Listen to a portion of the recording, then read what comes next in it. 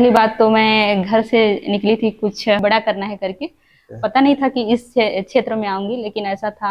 जब भी मेरे को लगा, मैं अपने घर को सोची कि वो मैं जब सोचती थी, आंख बंद करती थी, तो वो चीज मेरे सामने आती थी कि कैसे उस दौर से हम लोग निकले हैं या करे हैं।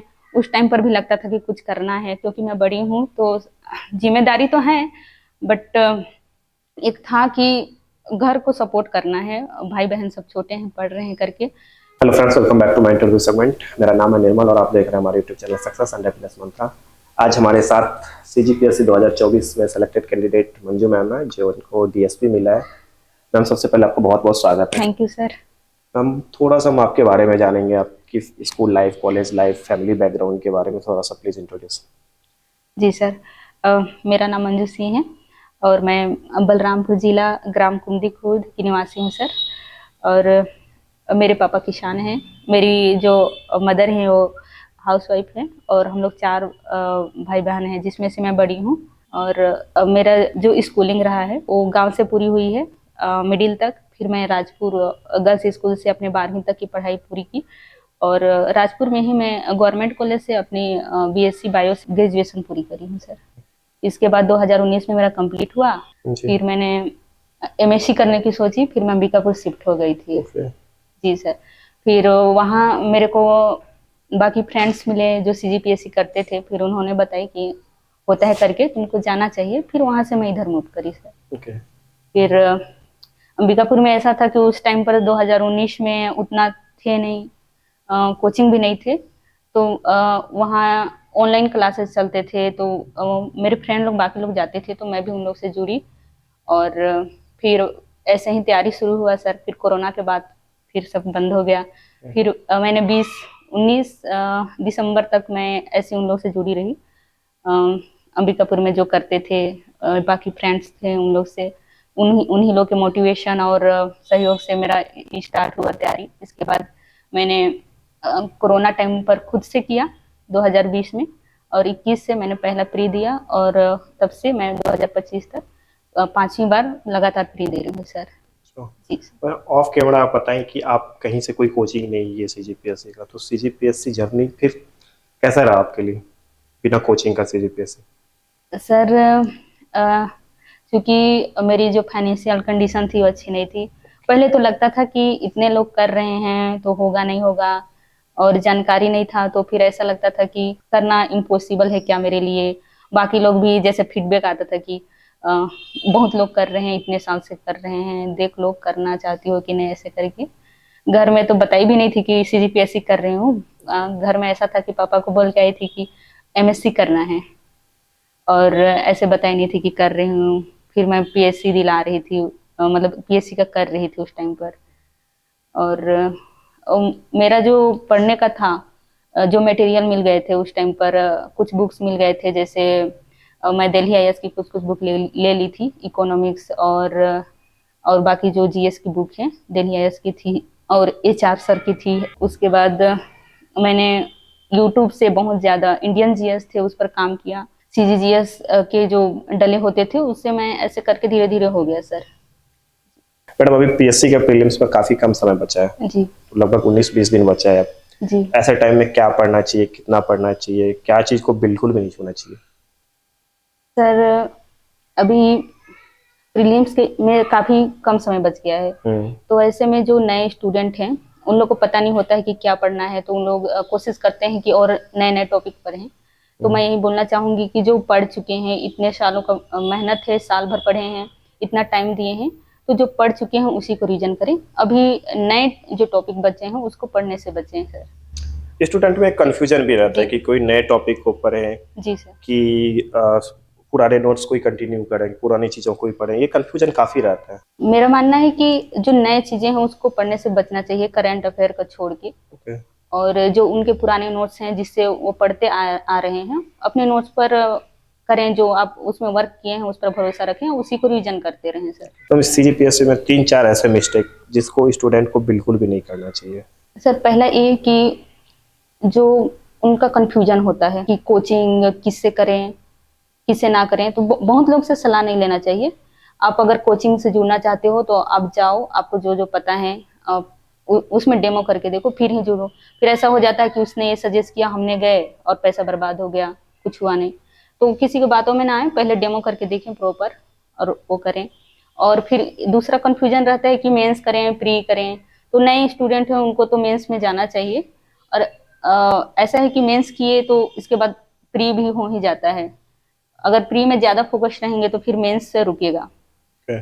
तो पहले अगर न्यू स्टार्टिंग कर रहे हैं तो पहले मेंस करें और उसी को रिवीजन करते रहें। जब प्री आए तो एमसीक्यू वगैरह के माध्यम से इसको स्ट्रॉन्ग करने की कोशिश करें प्री को। और तीसरी चीज कि आंसर राइटिंग करना चाहिए। अब मेंस स्टार्ट किए, आपके 4-5 मंथ हो गए तो आपको आंसर राइटिंग पर आ जाना चाहिए। बहुत सारे कोचिंग चलाते भी हैं, टेस्ट सीरीज उससे जुड़े या सेल्फ से लिख के देखें और सेल्फ एनालिसिस करते हैं सर। जी, मेंस राइटिंग का सेल्फ एनालिसिस कैसे करें? मेंस राइटिंग जो लिख रहे हैं अपना, तो उसका इवोल्यूशन किस तरीके से? उसमें कई सारे टेलीग्राम है, उसमें टॉपर्स के नोट्स और आरटीआई कॉपी डले हुए हैं, तो उनसे देख सकते हैं कि वो कैसा लिख रहे हैं, उनको नंबर कैसा मिल रहा है और मैं अभी कैसा परफॉर्म कर रही हूँ या कर रहा हूँ, तो उसमें क्या कमी है, प्रेजेंटेशन में क्या क्या मुझे दिक्कतें आ रही हैं, और लिखते लिखते खुद को पता चल जाता है। जैसे आप उसमें मैप स्टार्टिंग में होता है कि मैप कैसे यूज करना है ये समझ नहीं आता, और जो उसको प्रेजेंटेशन करने का जो तरीका होता है, जैसे जब लिख रहे होते हैं, जब अपने स्टार्टिंग फेज में रहते हैं, तो मतलब देखने में कॉपी उतना सुंदर नहीं लगता, तो उसको धीरे धीरे लिखते जाएंगे तो वो लाइन में आ जाती है। जी, एक ये भी एक क्वेश्चन है मैम कि सीजीपीएससी का जो प्रीलिम्स हम दिला रहे होते हैं एग्जाम हॉल में, किस तरीके से क्वेश्चन का गेसिंग कैसे करें कि नेगेटिव मार्किंग भी ना हो और तुक्का भी सही से लग जाए हमारा? Okay sir. क्योंकि आपके पास प्रीलिम्स का काफी अनुभव है, क्योंकि आप पिछले 5 साल से कंटिन्यू 5 बार प्रीलिम्स क्वालिफाई करी हैं। जी, I think you are the best candidate for this question. जी सर। इसमें पहला चीज स्टूडेंट को ये करना है कि अब एक बार पूरा देख लो 50 क्वेश्चन, जैसे जीएस का है, उसमें अब पहले बार में क्वेश्चन देख रहे हैं तो पहले ये डिसाइड करें कि आपको जो आपने पढ़े हुए हैं उसमें से आए हैं और आपको पता है, आप श्योर हो, उसको एक राउंड ले लें 50 क्वेश्चन तक। और जो आपको नहीं पता है उसको तो छूना नहीं है, आप उसमें तुक्का नहीं कर सकते। और कथन कारण में आ रहा है या दो दो ऑप्शन में फंस रहे हैं, आप पढ़े हुए हैं, आप कहीं कंफ्यूजन हो जा रहे हैं, ये भी ऐसे करके, तो अब उसमें 50-50 हैं, तो उसमें आप गेस करिए कि ये हो सकता है। आप अपने दिमाग को उस ओर ले जाइए कि हाँ, लास्ट तक कोशिश करते रहें, और हो सकता है आपका गेस सही भी हो। तो ऐसा होता है, दो आप ऑप्शन में आप कंफ्यूजन हो रहे हो तो आप उसमें ले सकते हैं, 50-50 में ले जी सकते हैं। जी सर। आपकी सीजीपीएससी के दौरान, प्रिपरेशन के दौरान, what was the most challenging aspect for you? CGPSC के दौरान मेरे लिए सबसे बड़ा जो चैलेंज था आंसर राइटिंग का था। आई थिंक मैं अपना जब फर्स्ट प्री दिलाई तो बहुत ज़्यादा प्री पर फोकस थी, फिर 2 महीना 3 महीना जो मिलता है उसमें उतना हो नहीं पाया, क्योंकि मैं वहाँ से दिला रही थी अंबिकापुर से, तो उतना गाइडेंस नहीं मिला, सेल्फ से कर रही, तो बहुत बड़ा चैलेंजिंग था मेरे लिए करना।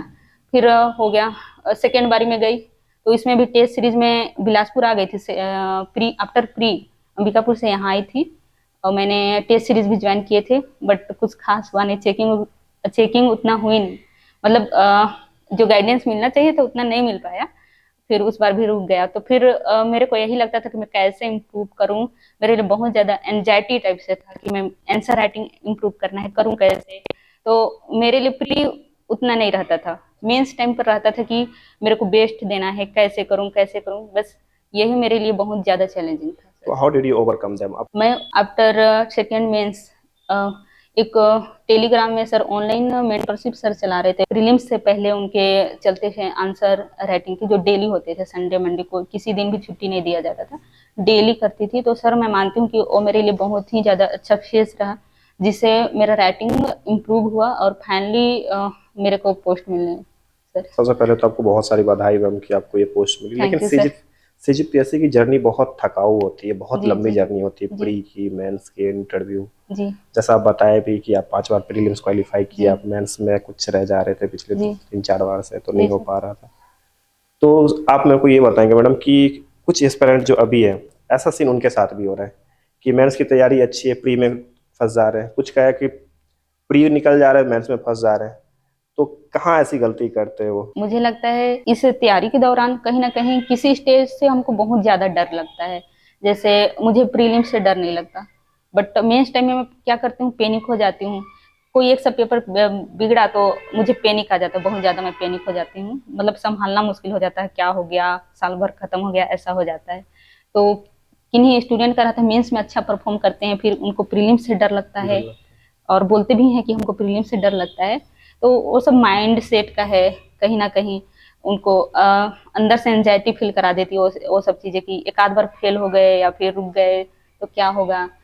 तो मैं यही कहना चाहती हूँ कि अपने पर भरोसा रखें, अपने तैयारी पर, और ज्यादा पैनिक नहीं होना है, दिमाग को शांत रखने की कोशिश करें, जरूर निकलेगा। आप बिना कोचिंग का पीएससी जी निकाली और डीएसपी रैंक डीएसपी मिला है जी। आपको, तो जो कुछ लोगों का ये सोचना है कि बिना कोचिंग का नहीं हो सकता, अगर आप बड़े शहर में नहीं है, बिलासपुर में नहीं है, तो आपका पीएससी नहीं हो सकता। आप एग्री करते हैं इससे? ऐसा तो नहीं है, माहौल मैटर करता है।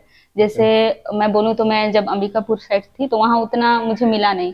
यहाँ बिलासपुर में बहुत सारे जो तैयारी कर रहे हैं हमारे युवा साथी, उन लोग के बीच रह के अच्छा लगता है, कंपटीशन फील आती है, और वो चीज़ देख देख के सीखते भी हैं, करते भी हैं।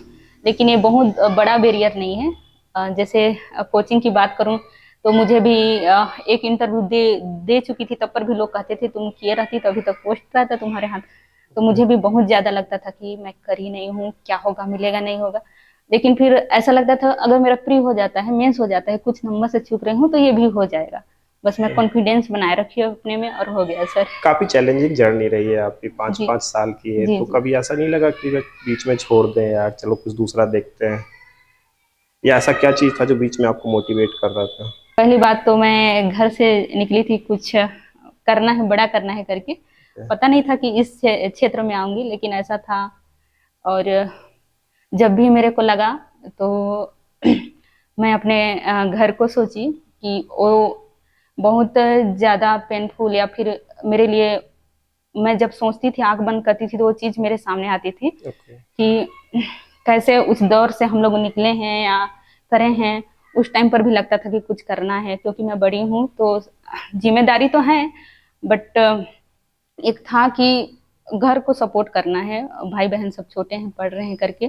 तो बताना चाहूंगी कि जो मेरे पापा जी हैं जी वो सोशल वर्क से जुड़े रहते हैं, गांव के पटेल हैं। जी जी। तो एक बार का घटना बता रही हूँ कि बाल विवाह हो रहा था पड़ोस में ही। तहसीलदार साहब से ऐसे इंस्ट्रक्शन मिले हुए थे कि आप लोग गांव में रहते हैं, मुखिया हैं, तो थोड़ा देखिएगा ऐसा करके। जाके बस उनको एडवाइस दिए कि अभी चेकिंग चल रहा है और ऐसा मत करो, ऐसा वाला कुछ था।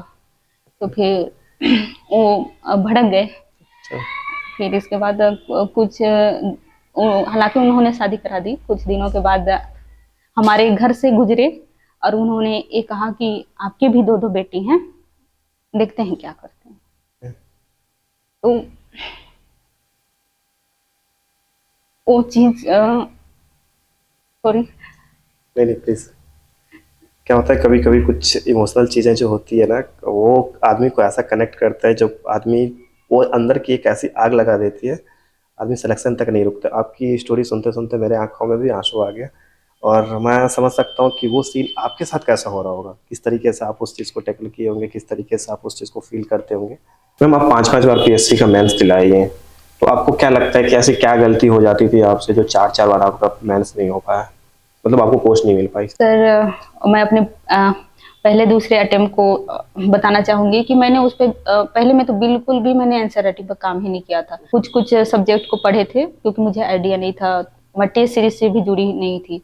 कोरोना, आफ्टर कोरोना ही दिला रही थी, तो फिर मेरा तो वो जो मेंस मेरा गया आंसर राइटिंग ना करने के कारण गया। फिर सेकेंड में भी वही गलती करी। फिर थर्ड से आफ्टर सेकेंड मेंस मैंने इसको सीरियसली लेना शुरू किया आंसर राइटिंग को, और थर्ड मेंस में अच्छे मार्क्स आए थे मेरे को, और इंटरव्यू कॉल भी आया थर्ड मेंस से।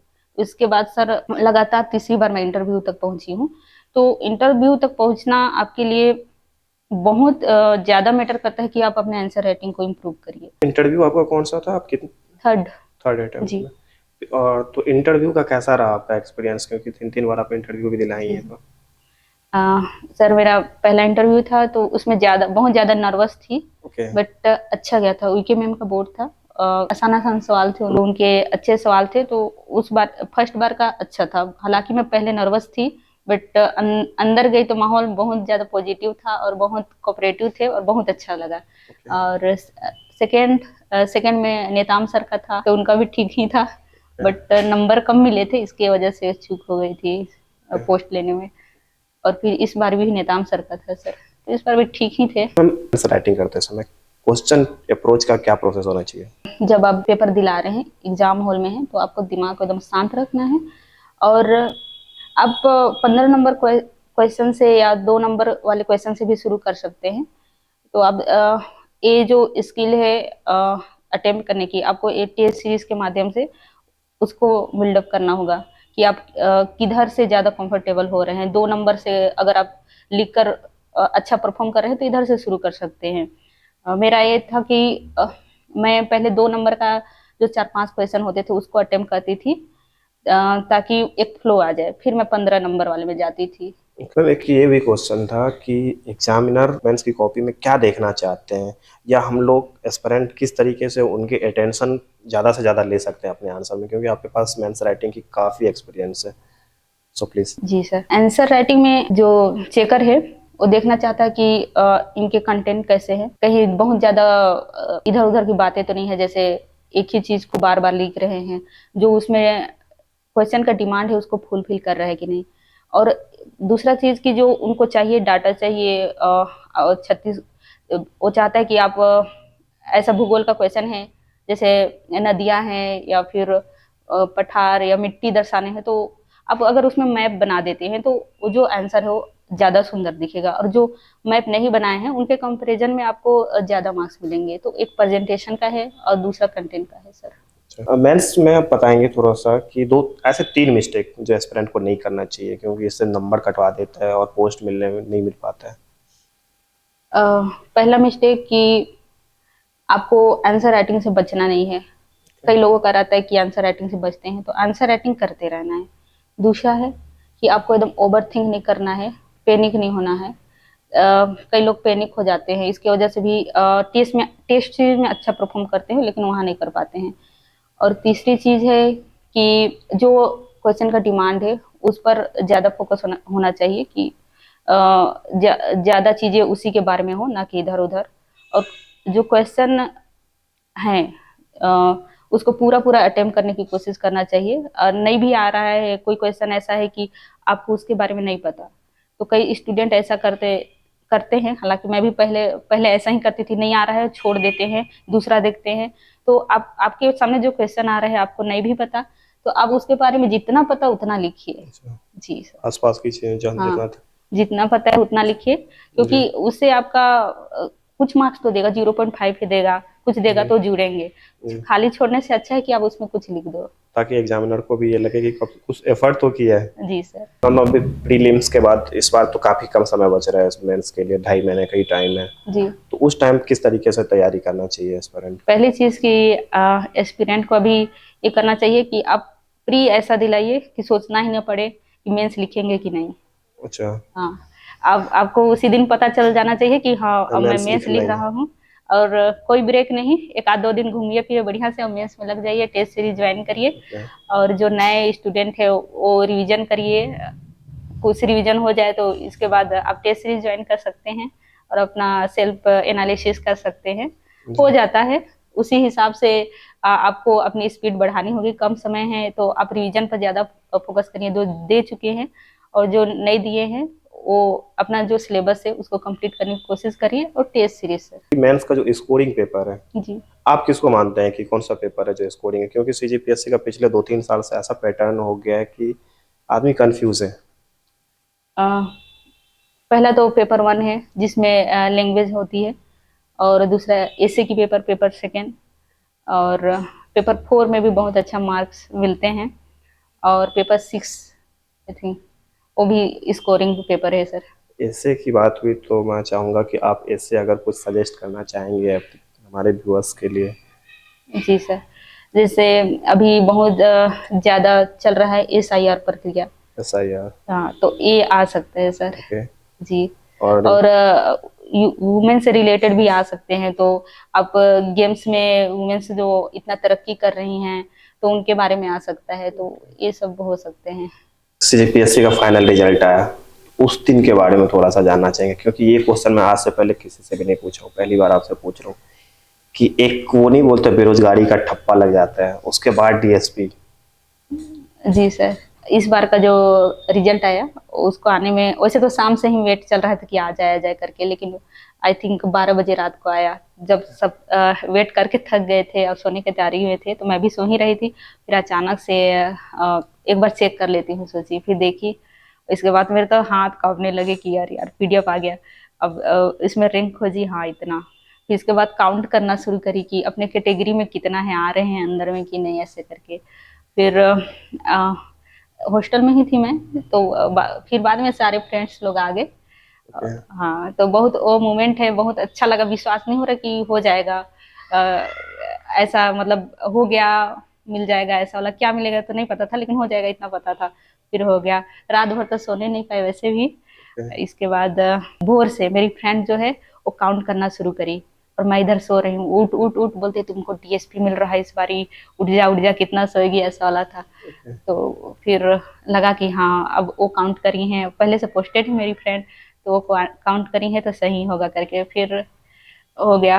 घर में मैं सुबह ही बताई थी, मतलब कॉल करके कि आ गया है रिजल्ट करके। बट घर वालों का था कि इस बार मिल जाएगा ना, कैसा है, उनको थोड़ा समझाने में लगता है। फिर बोले ठीक है देखते हैं ऐसे करके। फिर जब सेकेंड दिन आया और डीएसपी मिला तो बहुत ज़्यादा खुशी हुई सर, जैसा सोचे थे वैसा ही हुआ सब कुछ।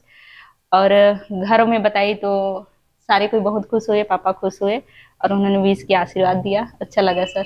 तो फाइनेंशियली कंडीशन जब इतना वीक रहता है जी तो घर वाले का रहता है कि बेटी पढ़ ली 10वीं 12वीं अभी भी, जी हार्डली कॉलेज करवाती, उसकी शादी करा देनी है। जी। आपके साथ ऐसा सीन हो रहा था कुछ? सर बताना चाहूँगी, आफ्टर कॉलेज जब मैं अंबिकापुर जाना चाहती थी तो मम्मी को बोली मैं अंबिकापुर जाऊँगी। तो उनको पता नहीं था कि कॉलेज के बाद भी कुछ पढ़ाई होती है। तो वो बोलती है पढ़ाई तो होगी इस और क्या पढ़बी, पढ़ाई तो होगी, कॉलेज भी होगी, सब क्या पढ़ना है। बोलते नहीं मम्मी और होते हैं, पढ़ना है ऐसे करके। फिर मैं समझी कि मम्मी को नहीं समझ में आएगा कि क्या चाहती हूँ मैं। फिर पापा को बोली जाना है करके, फिर बोले ठीक है ऐसा। तो उनको खैर पता नहीं था कि क्या होता है, आगे का पढ़ाई भी होती है। तो अच्छा। फिर ऐसे मम्मी पढ़ी नहीं है तो फिर उनका ऐसा था। फिर बाद में सपोर्टिव सब कोई हो गए कि हाँ, जब भी घर जाती थी दादी पूछती थी और कितना साल पढ़बे, ऐसा वाला था। मम्मी बढ़िया से लिखना, बस बस उनको इतना ही कहने आता था। क्या कर रही हूँ, कौन सा पढ़ाई कर रही हूँ, उनको नहीं आता था। पापा को बस पता था कि सीजीपीएससी में आ गई है, अब कर रही है। तो बहुत ज्यादा सपोर्टिव रहे। और जब भी असफलता मिली, पापा जी का कहना था कि चलो ठीक है कोई बात नहीं, नेक्स्ट बारी कर लेना। तो ऐसा था, बहुत ज्यादा सपोर्टिव रहे। और मेरे फ्रेंड सर्कल में भी थे बहुत सारे लोग, तो उन लोग का भी सहयोग रहा। तो ऐसा हो गया धीरे धीरे। कई लोग मोटिवेशन के लिए मोटिवेशनल स्पीकर को सुनते हैं, लेकिन आपके साथ क्या था? आप कैसे करते थे अपने आप को मोटिवेट? क्योंकि जब आप जो बता रही हैं आपका फैमिली बैकग्राउंड, इवन मम्मी को पता ही नहीं कॉलेज के बाद पढ़ाई भी होती है, पापा को भी नहीं पता है, वहां से अभी डीएसपी, तो बहुत बड़ी बात होती है। ऐसे फैमिली बैकग्राउंड से ऊपर आ गई। सोची तो नहीं थी कि इतना अच्छा पोस्ट मिल जाएगा, बट कुछ अच्छा कर लूंगी ये जरूर विश्वास था सर। जी। जी। आपको ढेर सारी शुभकामनाएं, थैंक और यू मुझे सर। लगता है कि आप डीएसपी नहीं, डीएसपी से ज़्यादा आप डीसी बने, डीसी से भी ज़्यादा हो तो मैं तो बोलता हूँ एक यूपीएससी की ट्राई कीजिए और आईएएस के लिए ट्राई कीजिए। जी सर। ऑब्वियसली, क्योंकि अगर ऐसे बैकग्राउंड से आप निकलते हैं तो सिर्फ आपका ये सिलेक्शन नहीं है, उस बैकग्राउंड का सिलेक्शन, उस गांव का सिलेक्शन है। ऐसे बहुत सारे आपको देख कर कैसे बच्चे मोटिवेट होंगे। एक चीज बताना चाहूंगी जी। सर, जैसे मैं गई इधर आफ्टर सिलेक्शन, जब मेरा गांव में पहली बार वो हुआ, वेलकम पार्ट। वेलकम पार्टी हुआ, तो इसके बाद बहुत सारे लोग आए। और अच्छा लगा देख के कि हाँ मेरे गांव में पहली बार ऐसा हो रहा था। मतलब सब बहुत सारे लोग आए, खुश हुए और बच्चे लोग मिले। और उनको भी मोटिवेशन मिला कहीं ना कहीं। इवन मेरे जो ब्रदर के फ्रेंड्स हैं वो आए, बहुत ज्यादा भावुक हो गए, दीदी हम लोग भी करना चाहते हैं। उन लोग ऐसे 12वीं के बाद छोड़ चुके हैं पढ़ाई, उन लोग भी हम लोग भी करेंगे दीदी बताना सजेस्ट करना, बहुत ज्यादा भावुक हो गए थे। और आस पड़ोस के आंटी लोग भी बहुत भावुक हो गए थे, इवन रोने भी लगे थे कि आपने कर दिया। आज सब सोच रहा है कि मंजू हमारी बेटी रहती। तो ये चीज सुनने में और जो बदलाव मैं चाहती थी वो मेरे को देखने को मिला है सर।